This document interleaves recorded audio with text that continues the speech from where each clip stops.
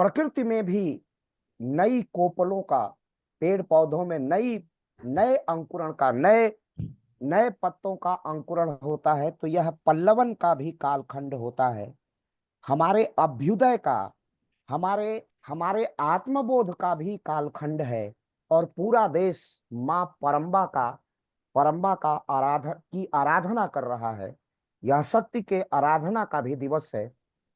और भारतीय कल्पनाओं के अनुसार, भारतीय जो पौराणिकता है, जो भारत की आध्यात्मिकता है, जो भारत की सांस्कृतिक विविधता है, जो संस्कृति का हमारा स्वर है, और हमारी जो पौराणिकता का आख्यान है, उसके अनुसार परम पिता ब्रह्मा ने सृष्टि का सृजन आज ही के दिवस पर किया था। तो इसके माध्यम से, लोक पहल के इस आभासी मंच के माध्यम से जो हमारी पहुंच हो जाती है लगभग 10 लाख श्रोताओं के मध्य, उन समस्त श्रोताओं को का मैं हार्दिक स्वागत अभिनंदन करता हूं। और नव संवत्सर 2022 की ढेर सारी शुभकामनाएं प्रेषित करता हूं। हरदीप जी, शशांक यादव को भी पैनल में ले लीजिए। तो मुझे लगता है कि कुछ ही क्षणों की प्रतीक्षा के बाद ठीक 5 बजे हैं, हम लोग अपने कार्यक्रम का प्रारंभ कर देंगे। जो विषय प्रवर्तन करेंगे वो डॉक्टर विवेक मणि त्रिपाठी करेंगे, जो अंतर्राष्ट्रीय स्तर पर लोक पहल के प्रचार प्रसार और लोक पहल के संयोजक का दायित्व संभालते हैं और यशस्वी विद्वान हैं। उनके विषय प्रवर्तन से आज के कार्यक्रम का समारंभ होगा। तो सर्वप्रथम एक परंपरा के अनुसार मैं लोक पहल का परिचय प्रस्तुत करता हूं। लोक पहल राष्ट्रीय स्वयंसेवक संघ के स्वयंसेवकों का एक सामाजिक सदप्रयास है। और इसमें राष्ट्रीय स्वयंसेवक संघ के जितने वरिष्ठ स्वयंसेवक हैं, उन्हीं की सामाजिक, आर्थिक, धार्मिक, आध्यात्मिक, सांस्कृतिक नीतियों के प्रचार प्रसार के लिए राष्ट्रीय स्वयंसेवक संघ के एक अनुगामी बन करके, उसके साथ बन करके, सहकर्मी बन करके लोक पहल अपनी सेवाएं अर्पित करता है। लोक पहल के जितने कार्यकर्ता हैं वो संघ के राष्ट्रीय, क्षेत्रीय, प्रांतीय पदाधिकारी गण हैं। लोक पहल के हमारे 5 आदर्श हैं। और जो हमारे स्क्रीन पर मेरे पार्श्व में, मेरे पीछे दिखाई दे रहे ये महान विभूतियों के चित्र हैं, जिनमें सबसे लब्ध प्रतिष्ठित नाम है राष्ट्रीय स्वयंसेवक संघ के चतुर्थ सरसंघ चालक पूज्य प्रोफेसर राजेंद्र सिंह उप आख्यान रज्जू भैया, जो सामाजिक समरसता का संदेश जीवन भर देते रहे और जो त्याग और वैराग्य की अद्भुत मूर्ति हैं। मैं प्रयाग की धरती से ही इस कार्यक्रम का संचालन कर रहा हूं और प्रयाग के जिस विश्वविद्यालय में मैं अध्यापन करता हूं, पूज्य रज्जू भैया जी का कर्म क्षेत्र था और मेरा विश्वविद्यालय ही का भौतिक विज्ञान विभाग में आप प्राध्यापक थे और उसके अध्यक्ष भी थे। ऐसे पूज्य रज्जू भैया हमारे आदर्श हैं। और जीवन पर्यंत भारत की एकता और अखंडता को सुनिश्चित करने के लिए सामाजिक विखंडन को रोक करके सामाजिक समरसता को का संदेश देना जिनका जीवन पर्यंत श्रेय, प्रेय और पाथेय था, ऐसे पूज्य रज्जू भैया हमारे आदर्श हैं। जो दूसरा महनीय नाम है वह है गोरक्ष पीठ के पीठाधीश्वर, लोकसभा के सदस्य और राम मंदिर आंदोलन के प्रणेता। राम मंदिर आंदोलन को लोगों को, डॉक्टर हर्ष जी बहुत बहुत स्वागत अभिनंदन। राम मंदिर आंदोलन को जन जन तक पहुंचा देने के लिए और भारत में समाज के अंतिम सोपान पर खड़े जो जाति और समाज हैं, उनको हिंदू समाज में जोड़ने का जो अद्भुत अभिनव कार्य किया, ऐसे ऐसे अद्भुत और अभिनय कार्य करने वाले श्री पूज्य ब्रह्मलीन महंत अभैद्यनाथ जी हमारे लोक पहल के आदर्श हैं। अभी बने हुए हैं ना अपने युवराज सोनी जी। हाँ जी, मैं यही हूँ जी, जी अखिलेश जी जी यही। जी। तो ये हमारे सबको ज्ञात है कि राम मंदिर आंदोलन को कितने शिखर तक पहुंचाना, जन जन तक पहुंचा देना और लोक जागरण का संदेश राम मंदिर बन गया। राम के रामत्व को जागृत करने का पूरे उत्तर भारत में जो अद्भुत अतुलनीय कार्य किया, ऐसे पूज्य ब्रह्मलीन महंत अवैधनाथ जी हमारे आदर्श हैं। और राम मंदिर आंदोलन को प्रखर और प्रचंड बना देने वाले और हर गले का कंठहार बना देने वाले पूज्य अशोक जी सिंघल हमारे आदर्श हैं। महामना पंडित मदन मोहन मालवीय। प्राच्य और पाश्चात्य, ईस्टर्न और वेस्टर्न, दोनों एजुकेशनल मेथड को एक साथ स्वीकार करने वाले और भारत में स्वदेशी के पुरोधा भारत रत्न महामना पंडित मदन मोहन मालवीय हमारे आदर्श हैं।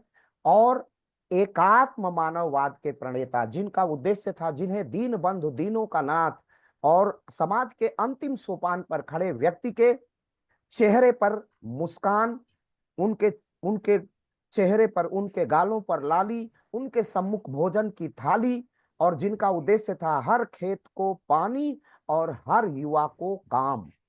ऐसे एकात्म मानववाद के प्रणेता, एकात्म मानव मनुष्य किस तरह राष्ट्र से अपनी एकात्मकता प्रतिस्थापित कर ले।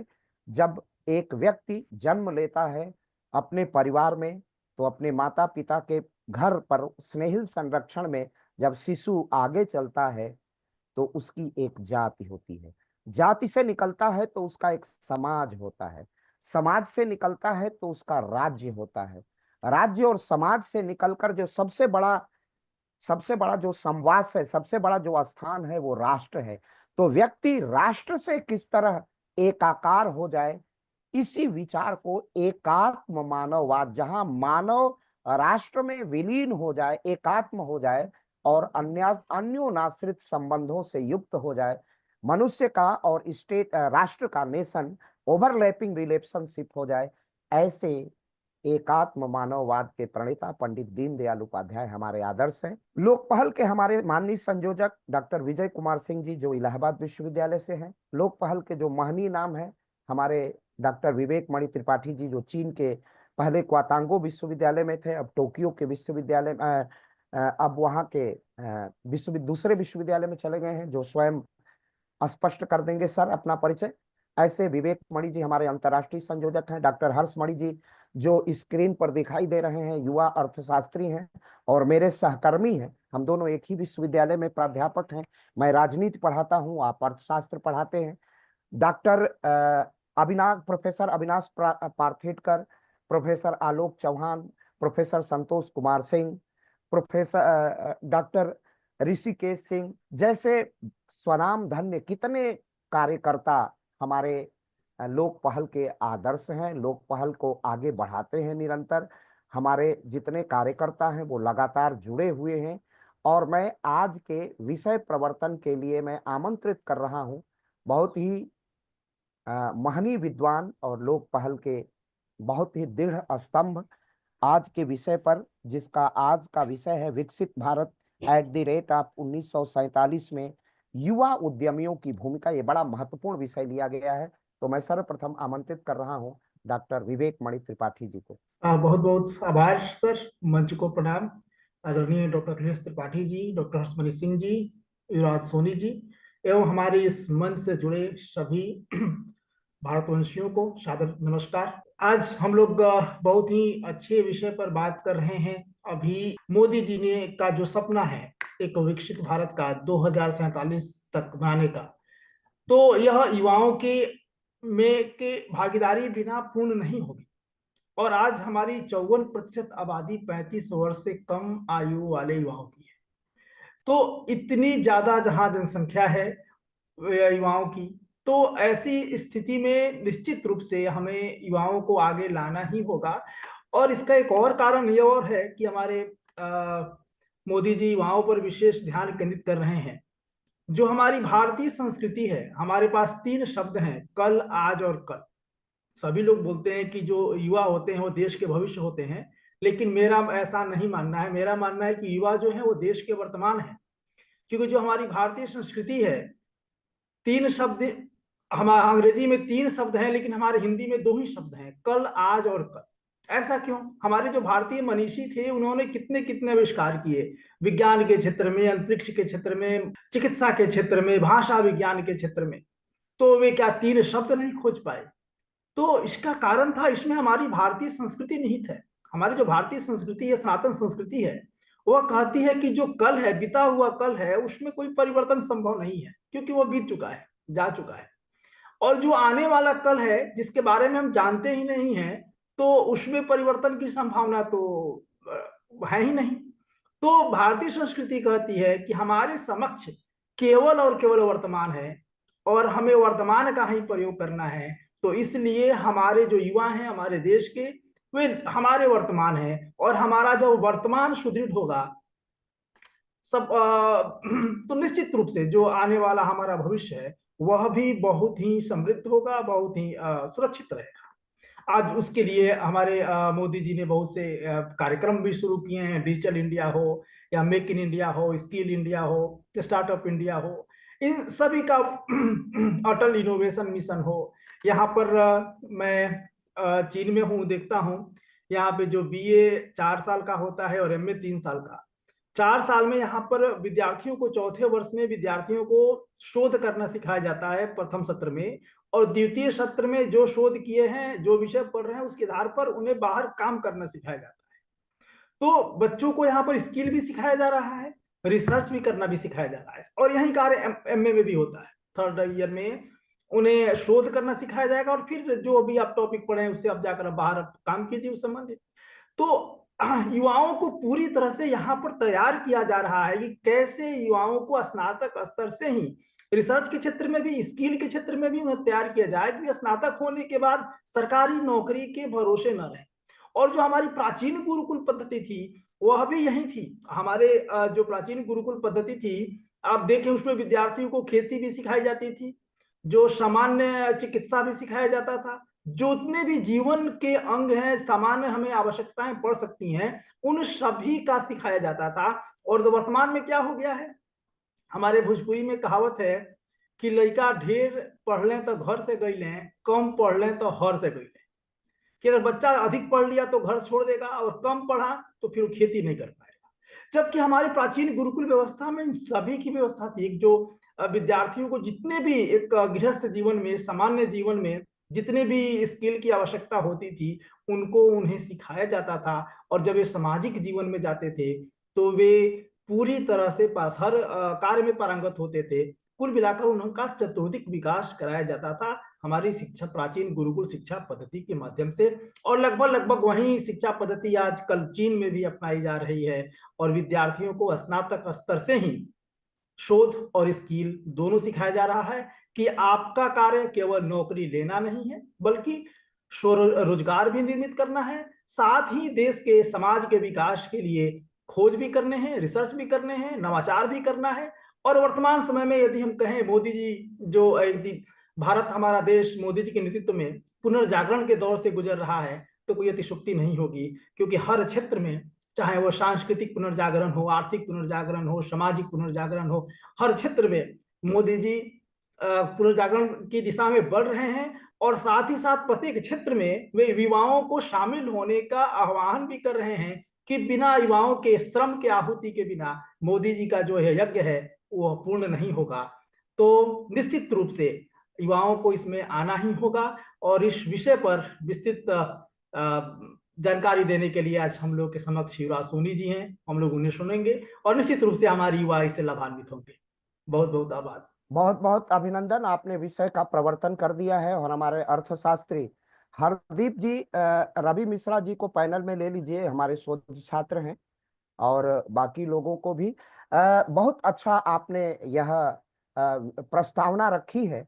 हम सब जानते हैं, और हमारे अर्थशास्त्री डॉक्टर हर्षमणि जी बैठे हैं, भारत में बेरोजगारी का जो प्रतिशत है वो 10% है। भारत क्या 37 करोड़ युवाओं का देश है, और हम सब जानते हैं कि केवल 8 करोड़ नौकरियां हैं, और हम सबको रोजगार नहीं दे सकते।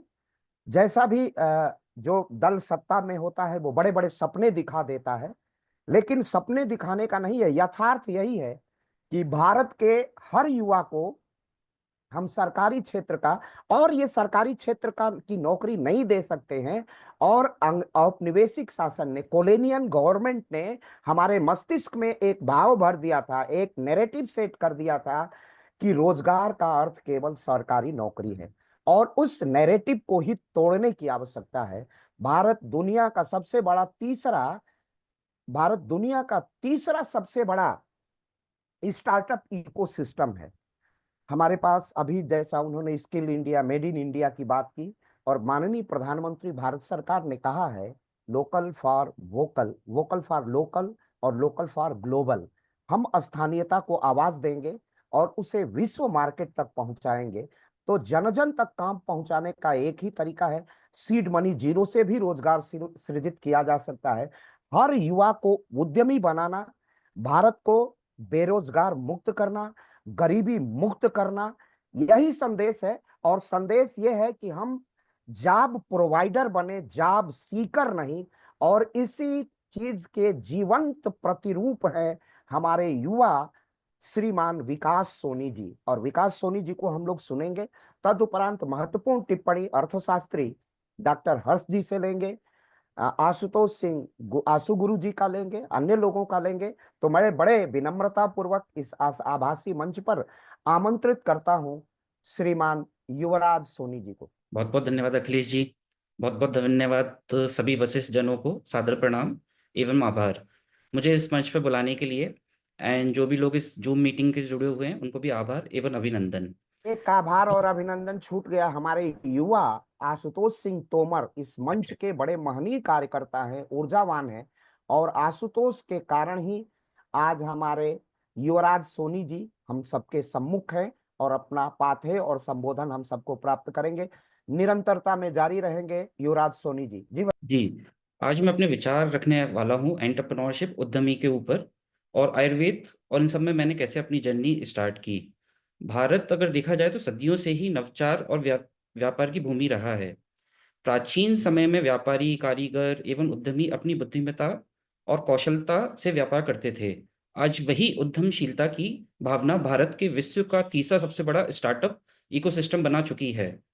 भारत को देखा जाए तो 1.4 अरब आबादी जनसंख्या हमारे भारतवर्ष में है, और अगर डिजिटल अर्थव्यवस्था को इसमें जोड़ दिया जाए तो हमारे लिए स्वर्ण अवसरों की भूमि बनी हुई है भारत।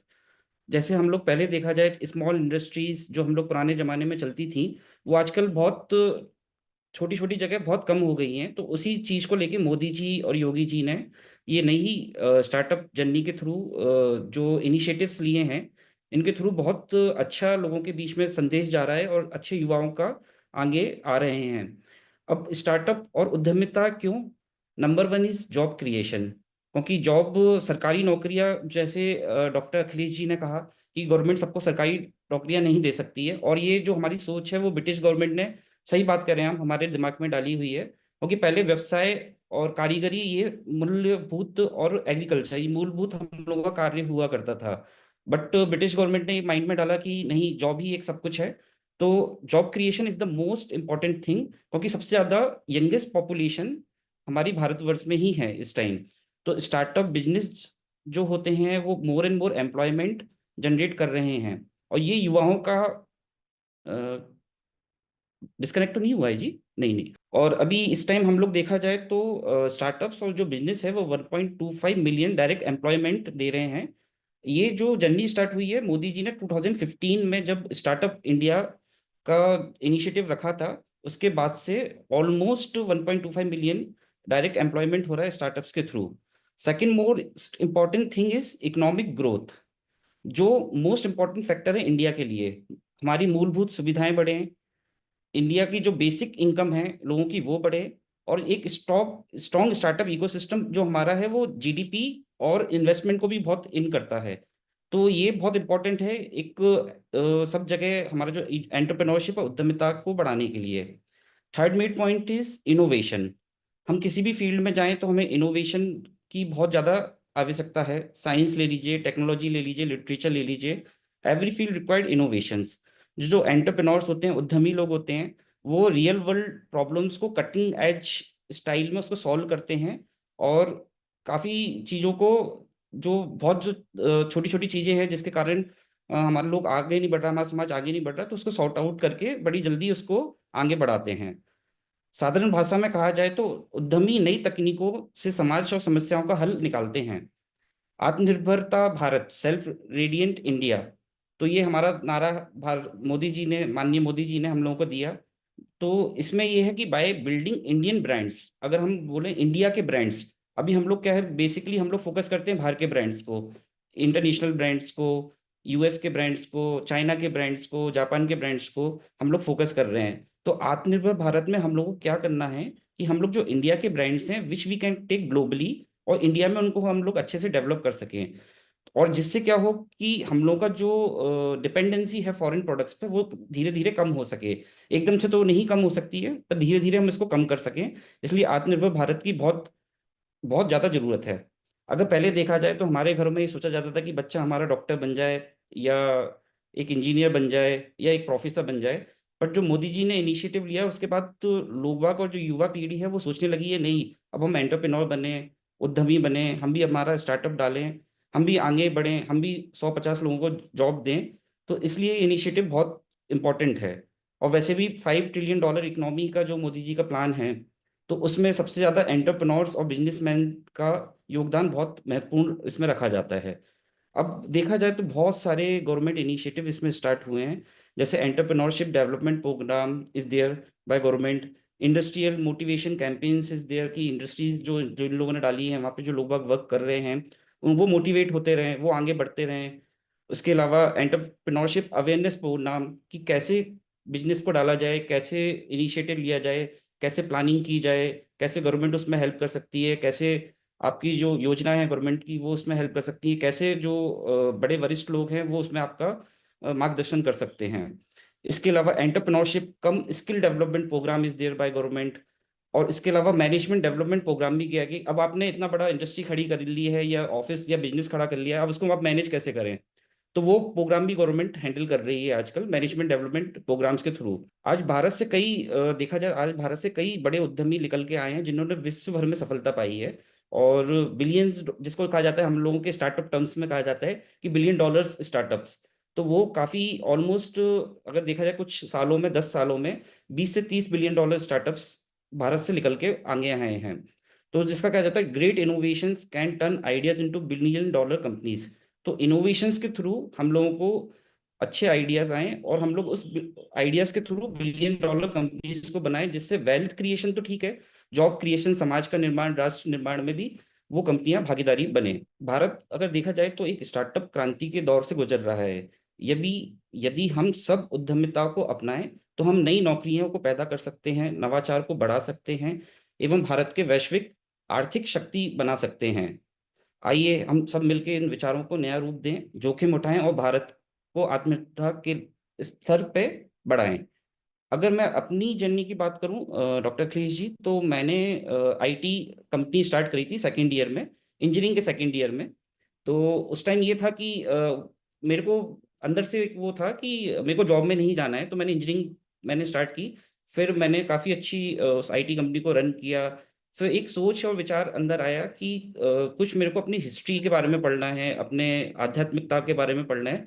तो उसके लिए मैं हरिद्वार गया, ऋषिकेश गया, हिमालय की यात्रा करी, माधव निदान पढ़ा, चरक संहिता पढ़ा। इस रिलेटेड मैंने बहुत सारी किताबों का अध्ययन किया। और फिर मेरे को लगा कि ये सारा ज्ञान हमारे सदाशिव शिव जी का दिया हुआ है। आयुर्वेद और एंटरप्रेन्योरशिप सब कुछ हमारा शिव जी का दिया हुआ है। तो वहां से मैंने आयुर्वेद के फील्ड में सिंपली हर्बल की स्थापना करी 2016 और 17 में।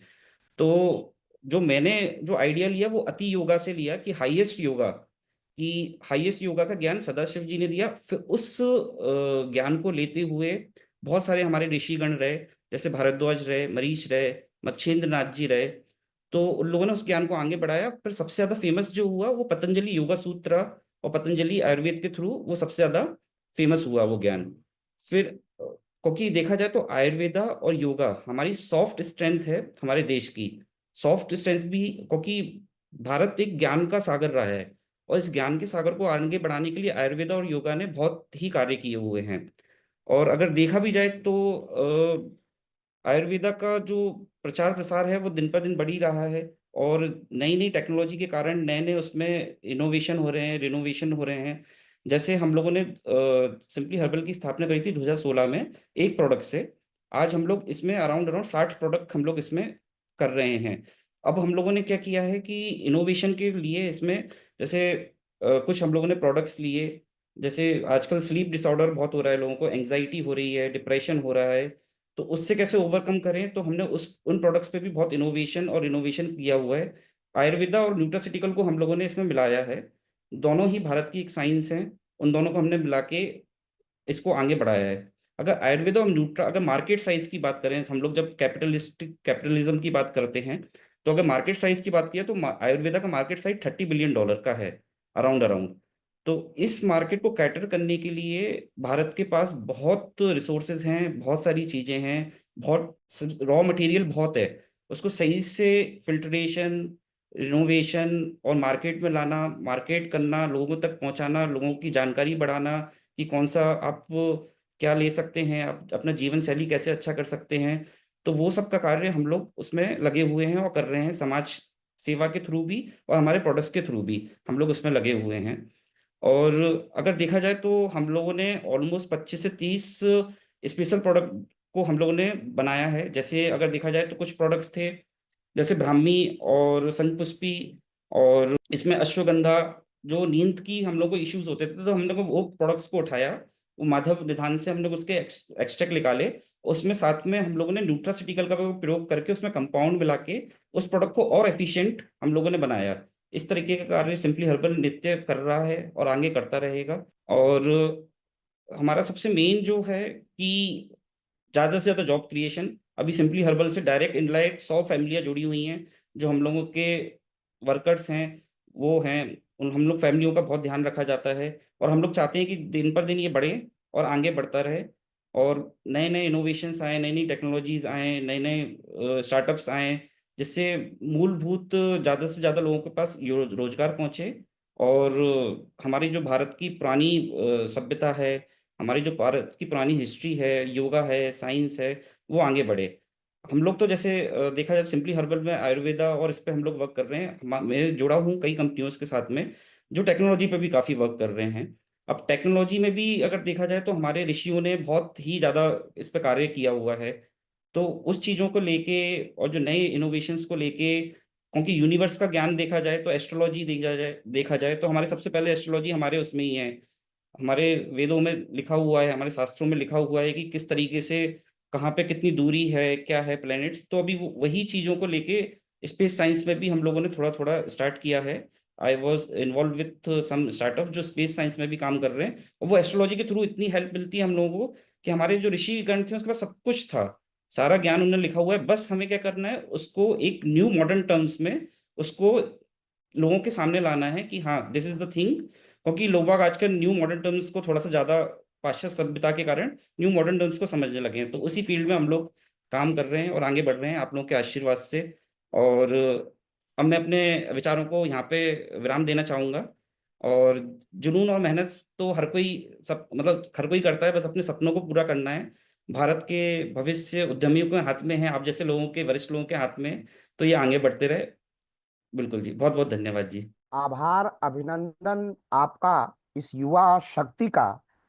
आपने अपनी पढ़ाई को बीच में ब्रेक देके आप स्टार्टअप की तरफ बढ़ते हैं, आप इनोवेशन की तरफ बढ़ते हैं, आप इंटरप्रेन्योरशिप की तरफ बढ़ते हैं, और सचमुच 100 परिवारों को के घर के चूल्हे जलाना।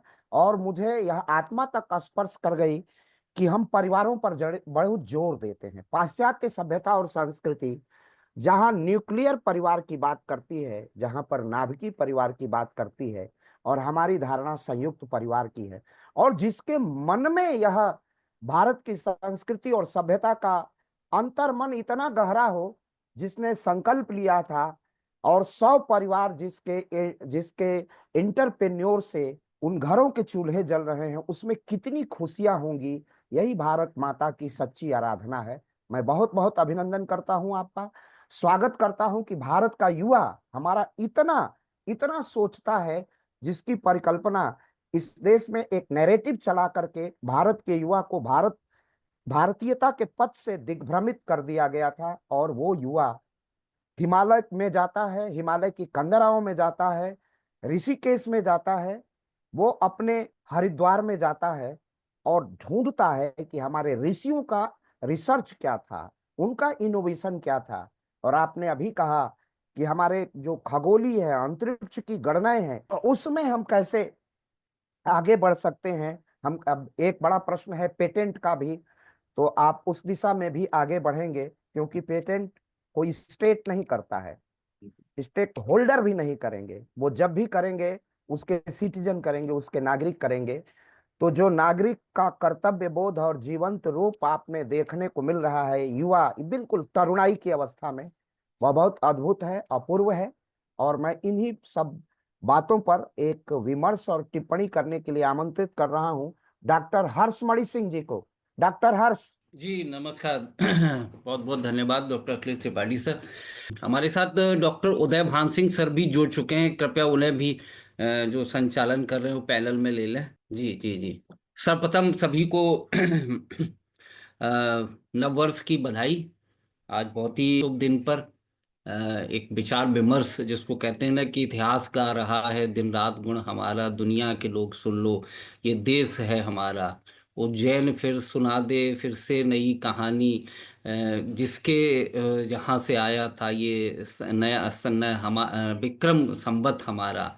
तो इन्हीं शब्दों के साथ बहुत ही एक महत्वपूर्ण विषय पर और एक युवा एंटरप्रेन्योर जिन्होंने अपनी कहानी भी बताई कि किस तरीके से उन्होंने अपने थॉट्स को एग्जीक्यूट किया। और ये बिल्कुल आप जैसे लोग बिल्कुल इस अर्थव्यवस्था और ख़ास तौर से जब भारत सरकार 2047 में विकसित भारत की बात करती है, चाहे आत्मनिर्भर भारत की बात करती है, तो इन सब विषयों में एक बहुत बड़ी चीज जो नजर आती है वो है एंटरप्रेन्योरशिप। यानी अब जो युवा है उनको रिस्क लेने की कैपेसिटी बढ़ानी है। और हम 75 वर्ष हम अपनी स्वतंत्रता के मना रहे हैं, तो हमारी जो अब एक क्षमता है, जो रिस्क कैपेसिटी है, उसको बढ़ाना पड़ेगा। आपने अपने उद्बोधन में बहुत अच्छी अच्छी बातें कही, बहुत निसंदेह उनके बहुत सारे गुण मायने हैं। आपने ये भी बात कहा कि हमको अपने पुराने ही ज्ञान को, लेकिन उनके शब्दों को, उनकी भाषा को परिमार्जित करते रहना पड़ेगा। आपने बहुत अच्छा उदाहरण दिया पतंजलि, जहाँ से आप स्वयं भी इंस्पायर हुए। और आप ये देखें कि पतंजलि एक कम समय में एक बड़ी कंपनी बन के उभरी। और पतंजलि जो अगर मॉडल को ही आप फॉलो करें तो वो एक गुरुदेव जी जो है योगाचार्य जी, जिनके रामदेव जी जिन्होंने जिन्होंने स्टार्ट किया। और उन्होंने जो एडवर्टीजमेंट है, सबसे मिनिमम एडवर्टीजमेंट पे बहुत कम समय में जो उन्होंने पूरा एक्सटेंड किया थ्रू आउट दी कंट्री और अपार्ट फ्रॉम द कंट्री, उन्होंने जो किया, तो ये एक बहुत बड़ा मॉडल है। और आप क्योंकि आईटी सेक्टर से भी आते हैं तो ये एक बहुत बड़ी बात है बिल्कुल। और आगे आने वाले समय में जब आप और भी इन चीज़ों को परिमार्जित करेंगे और शोधित करेंगे तो एक नई शुरुआत होगी। और एक जो हमारे युवा हैं, जैसा कि हमारे विवेक मणि त्रिपाठी प्रोफेसर साहब ने चाइना का उदाहरण दिया, और वो बताते हैं कि किस तरीके से चाइना में जो एक वर्किंग कल्चर है। कहते हैं कि जब चाइना को अपना मैन्युफैक्चरिंग हब का एक्सटेंशन करना था तो उन्होंने 7 दिन काम करने का निर्णय लिया। और 7 दिन में केवल वो क्या करते थे कि सब संडे को आप केवल हाफ डे कर सकते हैं। तो किस तरीके से वहाँ के लोगों का कंट्रीब्यूशन रहा और किस तरीके से वो एक सोची समझी स्ट्रेटजी के तहत वहाँ के जो थिंकर्स हैं और वहाँ के जो युवा हैं, वहाँ की जो एजुकेशन पॉलिसी है, सब मिल के काम करें, तब जाके आप ये देखते हैं कि चाइना ने अपने आप को विश्व के सामने एक बिल्कुल अलग मैन्युफैक्चरिंग इंडस्ट्री के रूप में अपने आप को विकसित किया। भारत के पास भी पोटेंशियल है, भारत के पास अधिक जनसंख्या है, युवा हैं, और ऐसा युवा है जो कुशल है। भारत में चाहे आप गुड़गांव की बात करें, बेंगलोर की बात करें, ये सब पूरे एक बड़े एपी सेंटर है जिनमें युवाओं की बहुत बड़ी भूमिका है, चाहे वो आईटी सेक्टर हो और फिर उससे जुड़े हुए और तमाम सारे सेक्टर्स की हम तरफ आके बढ़ रहे हैं।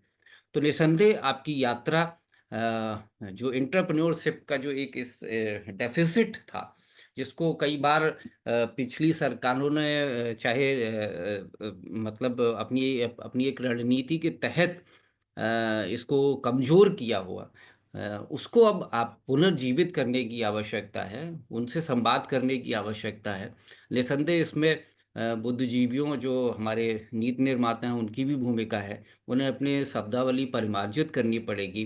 क्योंकि बहुत से ऐसे शब्द हैं जो अब आजकल जो सर्कुलेशन है, वो चाहे वो व्हाट्सएप की भाषा हो, चाहे वो इंस्टाग्राम की भाषा है, हमें वहाँ तक जाना पड़ेगा और अपने युवाओं को एंटरप्रेन्योरशिप के लिए प्रेरित करना पड़ेगा।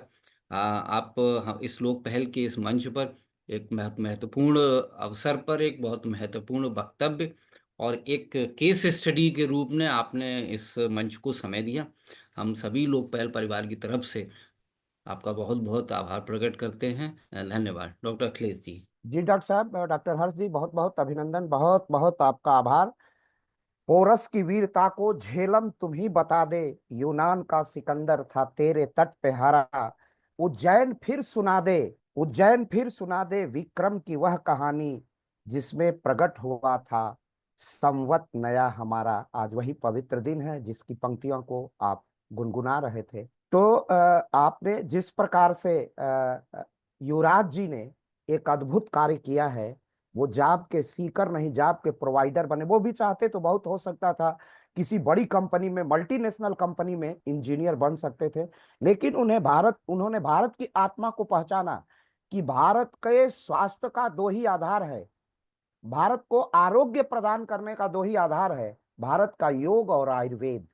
और योग है तो महर्षि पतंजलि हैं, और आयुर्वेद हैं तो चरक हैं, सुश्रुत हैं, और हमारी आयुर्वेद सार संग्रह है जो ऋग्वेद की देन है। और अभी मैं प्रयागराज से हम सब बोल रहे हैं, जो समुद्र मंथन हुआ था उसमें आयुर्वेद का भी जन्म हुआ था, महर्षि धन्वंतरी उससे निकले थे। तो जब हम उसी के तरफ बढ़ेंगे, वेद, ऋग्वेद संहिता, यजुर्वेद संहिता, सामवेद संहिता, अथर्ववेद संहिता, पूरे विश्व का मूल वही है, और आवश्यकता उसे पुनः जागृत और उसी के नवाचार का, उसी के इनोवेशन का है। और सोनी जी ने उसके तरफ, युवराज जी ने उसके तरफ इशारे इशारे में बड़ी गंभीर बात की ओर राष्ट्र का ध्यानाकर्षण किया है। और आप एक युवा हैं और युवा आपसे प्रेरित होंगे, और हम लाखों के बीच पहुंचते हैं। और ये मंच बड़े बड़े लोगों का है, जिसमें संघ के बड़े से बड़े लोगों ने अपना उद्बोधन दिया है। भारतीय जनता पार्टी के उपाध्यक्ष हों, डॉक्टर संगीत रागी जैसे हों, डॉक्टर प्रवेश चौधरी जैसे जेएनयू के जो राष्ट्रभक्त लोग हैं, वैसे लोगों ने इस पर संबोधित किया है, धर्म जागरण के सभी बड़े लोगों ने। और उसमें आज आपका नाम जो जुड़ा है, वो आपका पूरा जीवन कर्म में आकंठ डूबा हुआ जीवन है। आप सही मायनों में हमारे राष्ट्रीय जीवन की संत परंपरा के दैदीप्यमान नक्षत्र स्वामी विवेकानंद जी का वास्तविक प्रतिनिधित्व कर रहे हैं। एक युवा के रूप में एक बार पुनः जाग, यह तुम्हारी मृत्यु नहीं थी, यह तो केवल निद्रा थी, तुम्हारे कमलवत नेत्रों को विश्राम देने के लिए, ताकि एक नए बिहान का, एक नए सूर्योदय का दर्शन कर सको। आप उसी के बहुत जीते जागते रूप हैं, और मुझे बहुत प्रसन्नता है। और आशुतोष जी को मैं हृदय से बहुत अभिनंदन और धन्यवाद, वो तो मेरे अनन्य हैं, इसलिए करना चाहूंगा कि एक ऐसी युवा शक्ति से लोक पहल का परिचय कराया है। और मैं पूरी प्रत्याशा करता हूं कि युवराज जी का यह स्नेह और संबंध लोक पहल से जीवन पर्यंत बना रहेगा, क्योंकि लोक पहल का उद्देश्य राष्ट्र की आराधना करना है। और राष्ट्र के ऐसे ही जो आधुनिक ऋषि हैं, वही राष्ट्र को आगे बढ़ाएंगे, जो युवराज जी जैसे हो सकते हैं जो राष्ट्र को एक दिशा देंगे, एक अभिनव प्रयोग करेंगे, नवाचार करेंगे, इंटरप्रेन्योरशिप करके दिखाएंगे, और भारत को जागृत करेंगे। और जो हमारी 3 ट्रिलियन इकोनॉमी से 4 ट्रिलियन, और जो 2047 में भारत 30 से 35 ट्रिलियन इकोनॉमी की ओर देख रहा है, यह वही देश है जो 17वीं शताब्दी तक विश्व के व्यापार का 40% व्यापार करता था। अब आधिकारिक रूप से हम व्यापार मात्र 1.2% करते हैं। अभी माननीय निर्मला सीतारमण जी ने अपना बजट प्रस्तुत किया तो कहा कि हमारा ट्रेड मात्र 2% से नीचे का है वैश्विक, और वो एक जमाना था जब हम 45% का ट्रेड करते हैं। उसी ओर संकेत कर रहे थे विकास जी कि भारत पुनः सोने की चिड़िया तब बनेगी जब भारत की उद्यमिता शिखर पर होगी, तब भारत विश्व गुरु बनेगा। आपका बहुत बहुत आभार और अभिनंदन। और एक आशीर्वचन के रूप में हमारे आंसू गुरु जी जो आपके स्क्रीन पर दिखाई दे रहे हैं, इनके घर से ही पूर्व प्रधानमंत्री भारत रत्न अटल बिहारी वाजपेयी की राजनीतिक यात्रा शुरू हुई थी। ऐसे महनीय व्यक्तित्व, आशु गुरु जी मुझे सुन रहे हैं? तो हाँ अपनी, बिल्कुल। हाँ जी जी, अपनी बात रखिए। आपका आशीर्वाद आज के दिन हम सबके लिए और विकास जी के लिए आना जरूरी है। आप नहीं संघ के बिल्कुल, बहुत ही महनीय स्वयंसेवक हैं, आशुतोष प्रताप सिंह आशु गुरु जी। आप सभी को मतलब सनातन नववर्ष और वासंतिक नवरात्र की हार्दिक शुभकामनाएं और मतलब सादर अभिनंदन, सादर प्रणाम। अपनी बात रखने से पहले मैं ये बात अवश्य कहना चाहूंगा कि भारत बेरोजगारों का देश नहीं, भारत को बेरोजगारों का देश बनाया गया। सबसे बड़ी नौकरी जो कि थी आईसीएस, उसमें भी भारतीयों को कोई वो नहीं था, और भारतीयों को पेटी जॉब्स के लिए, जैसे मतलब समझ लीजिए क्लर्क, इतना ही आपको 3 आवर्स की शिक्षा दी गई, रीडिंग राइटिंग एंड अरिथमेटिक, क्योंकि उनको क्लर्क क्लर्क पैदा करना था। क्योंकि कोई साहब बहादुर 7 समुंदर पार से यहाँ पे इस मतलब गर्मी में मतलब मरने के लिए ना, तो मरने के लिए भारतीय था। सेपॉयज, सेपॉयज जो होते थे वो भारतीय होते। भारत सदैव एंटरप्रेन्योर देश रहा है। भारत, जैसा कि अभी अभी अखिलेश जी ने बताया कि 40% जीडीपी, वो भारत जिसको कि कहा जाता है कि सोने की चिड़िया, आज मतलब कुछ चंद इकोनॉमिक वॉच डॉग्स और डेमोक्रेटिक वॉच डॉग्स हमारा मूल्यांकन करते हैं। इसी कमरों में बैठ के हम अपना मूल्यांकन स्वयं करते हैं। हम किसी के मूल्यांकन के ऊपर आधारित नहीं हैं। हम स्वयं जानते हैं अपना सामर्थ्य, और हमारा सामर्थ्य है हमारी संस्कृति, हमारे मूल्य। वही ईस्ट इंडिया कंपनी के लोग जो कि हमको लूट रहे थे, उन्होंने ही अपने डायरीज में मतलब लिखा है हमारे ईमानदारी के बारे में कि भारत ईमानदार। आज जहां तक है कि हम बेईमानों के देश में देश कुछ ज्यादा ही हो गए, दुर्भाग्य था। तो देखिए, हम खेती किसानी को बहुत छोटा मोटा वो समझा जाता है, लेकिन हमारे यहाँ केवल कृषि के आधार पर सबसे बड़ा साम्राज्य मगध साम्राज्य था। वैदिक राष्ट्र के ऊपर हम उद्यमी थे। हमारे यहाँ खिलौने बनते थे। सिंधु घाटी की सभ्यता में ऐसी ऐसी चीजें मिली हैं, बीड मोती बनते थे, मनके बनते थे। ये सब क्या था? हम प्रोड्यूसर थे, हम कंज्यूमर नहीं थे। हम जो प्रोड्यूस करते थे वही कंज्यूम करते थे। हम बने कॉलोनी, कॉलोनाइज हमको किया गया कि हमारे ही संसाधन लूट कर, जो आप कहते हैं कि ट्रेन ट्रेन आई और ये आई वो आई, किस लिए आई?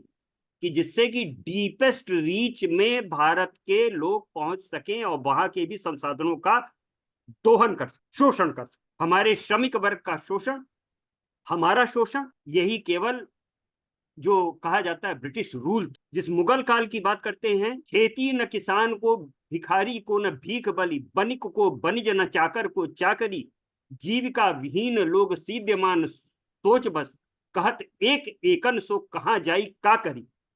इससे बड़ा दुर्भाग्य कोई हो सकता है इस देश में? जो कहा जाता है गोल्डन पीरियड था मुगल, उसी गोल्डन पीरियड मैं वर्णन करना चाहूँ तो ब्रिटिश का वर्णन मैंने कर।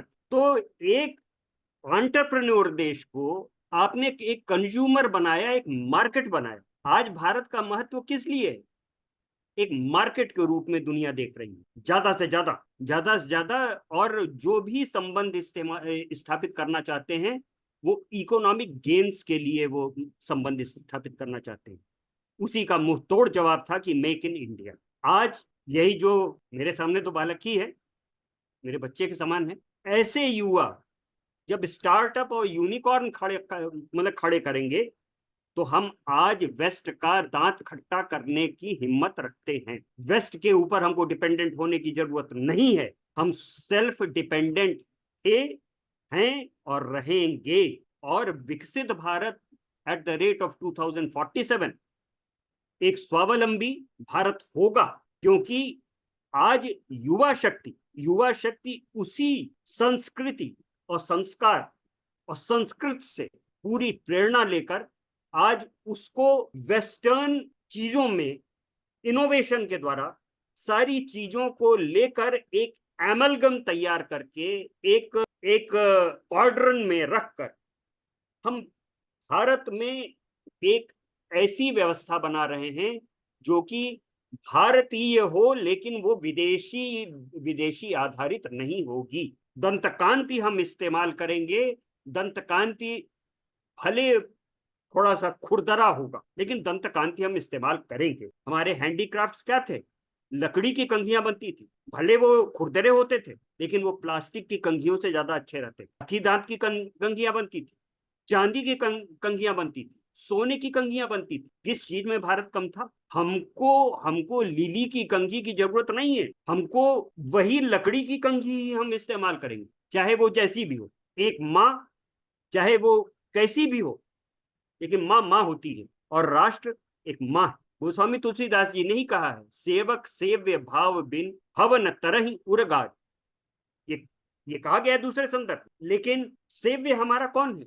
सेव्य हमारी भारत माता है, हमारा राष्ट्र है, और सेवक हम हैं। और जब तक ये सेवा भावना हमारे अंदर जीवित है, हमारी संस्कृति हमारे अंदर जीवित है, हमारे संस्कार हमारे अंदर जीवित हैं, तो भारत को कोई पीछे नहीं कर सकता है। वो चाहे वेस्ट को आप देख लीजिए, वेस्ट डिप्रेशन की ओर जा रहा है और हम इकोनॉमिक पावर बनने के करीब हैं। 5 ट्रिलियन इकोनॉमी की तरफ हम बढ़ रहे हैं। अभी अभी IMF का लेटेस्ट रिपोर्ट जो आया है वही शो कर रहा है कि भारत किस तेजी से प्रगति कर रहा है।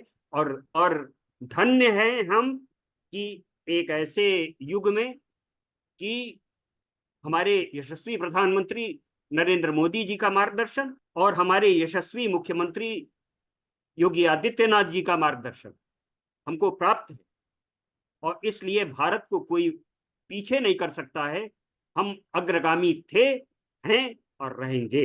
बस इसी से मैं अपने शब्दों को विराम देता हूँ। जय बहुत श्री राम, बहुत वंदे मातरम, भारत माता की जय।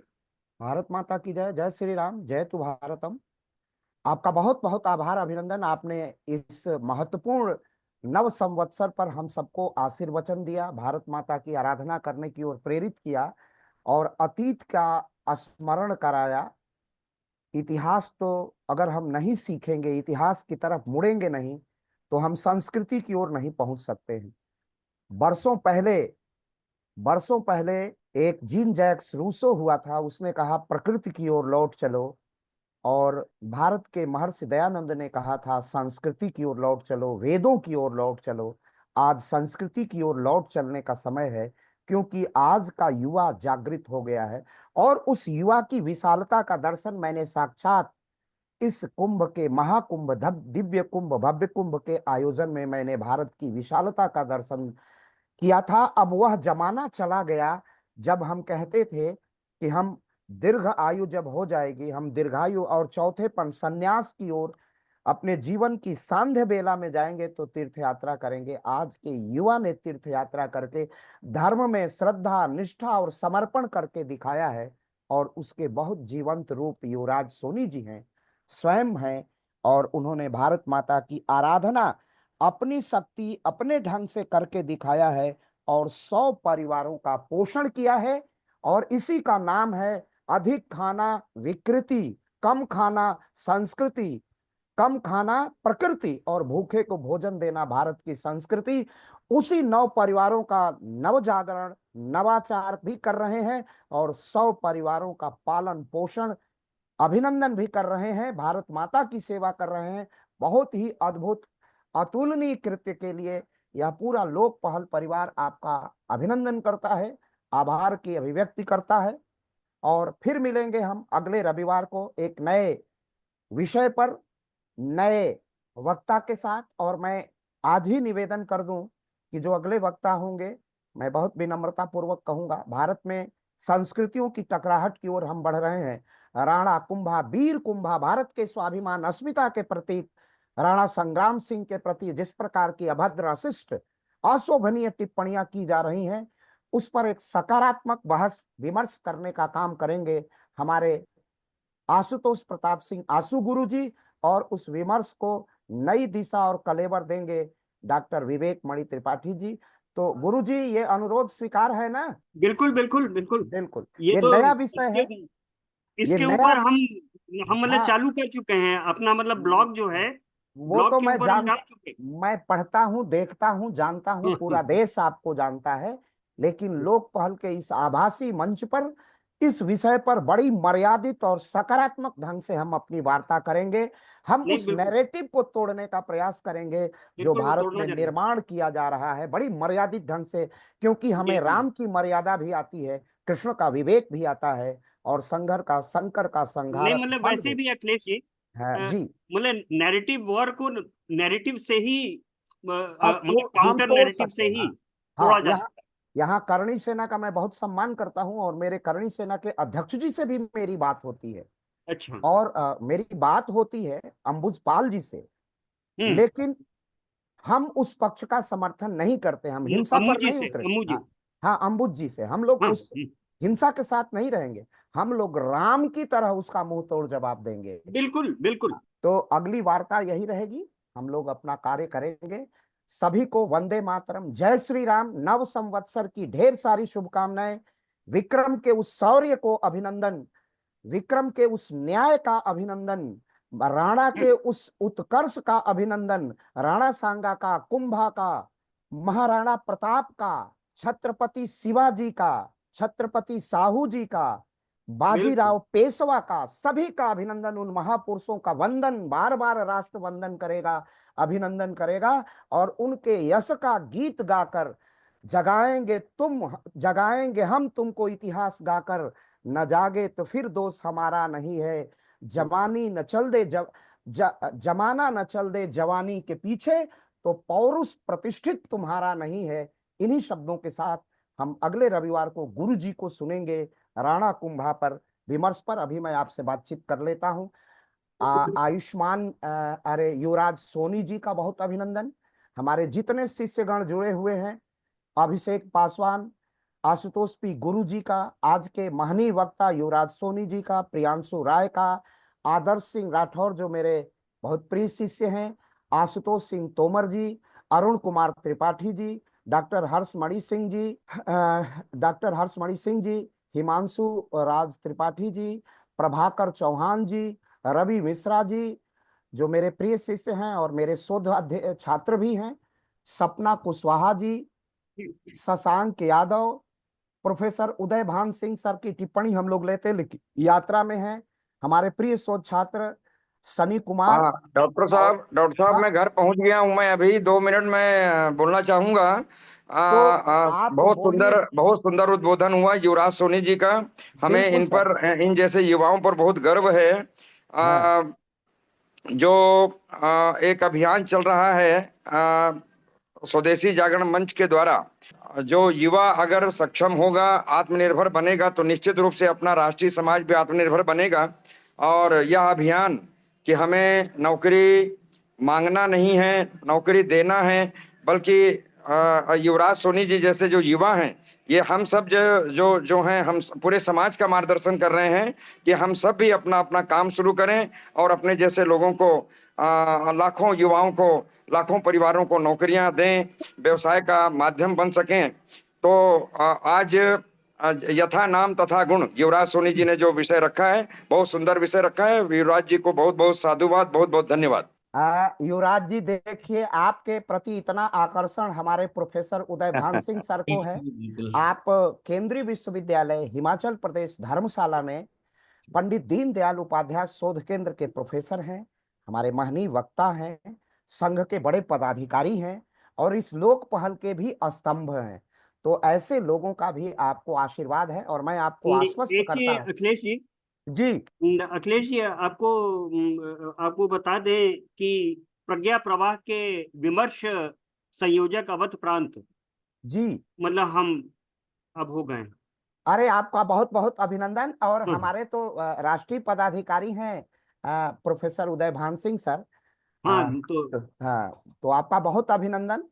और मैं युवराज जी से निवेदन करूंगा, और चूंकि संघ का पूरा काशी प्रांत स्वदेशी जागरण मंच और स्वावलंबी भारत हम्म, अभियान का उत्तरदायित्व में है, हमारे यहाँ कोई अधिकार पद नहीं होता है, उत्तरदायित्व है।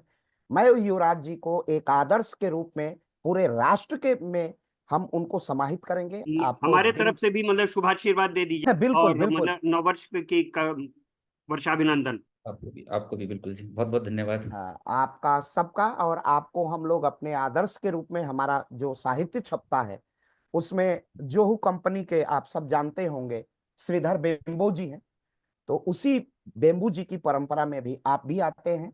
हम लोग आपको जोड़ेंगे क्योंकि आप आदर्श हैं, भारत को सिखाएंगे उद्यमिता का पाठ।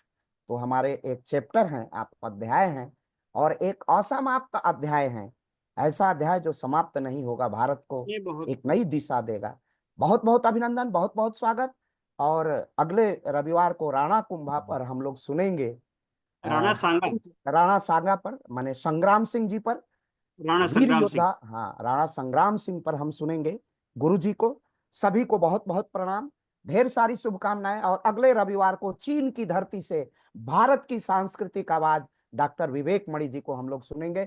सबका बहुत बहुत अभिनंदन। और इस आभासी मंच को सजाने के लिए जो हमारे साथ आज हरिदीप जी जुड़े हुए थे, हरिदीप भाई का भी बहुत अभिनंदन, स्वागत। बड़ी विनम्रता पूर्वक, बड़ी सावधानी से, बड़ी सरलता से, सहयोगात्मक प्रवृत्ति से हमारा कार्य और इस आभासी मंच को सजाया है। हरदीप जी का भी बहुत बहुत अभिनंदन। बहन मानसी थपलियाल जी का बहुत अभिनंदन, जिनके नेतृत्व में यह लोक पहल का आभासी मंच सजता है। आपका भी बहुत अभिनंदन। अब एक बार पुनः युवराज सोनी जी का, डॉक्टर विवेक मणि जी का, सनी कुमार का, रवि मिश्रा का और गुरु जी का बहुत बहुत आभार, अभिनंदन। प्रोफेसर उदय भान सिंह का अभिनंदन, और मेरे समस्त प्रिय शिष्यों का बहुत बहुत शुभकामनाएं। अब हरदीप जी, आज के कार्यक्रम का आप अंत कर सकते हैं, उसका समापन कर सकते हैं। हरदीप जी। वीडियो को एंड तक देखने के लिए धन्यवाद। ऐसी ही और वीडियोस के लिए देखते रहिए हमारा YouTube चैनल लोक पहल।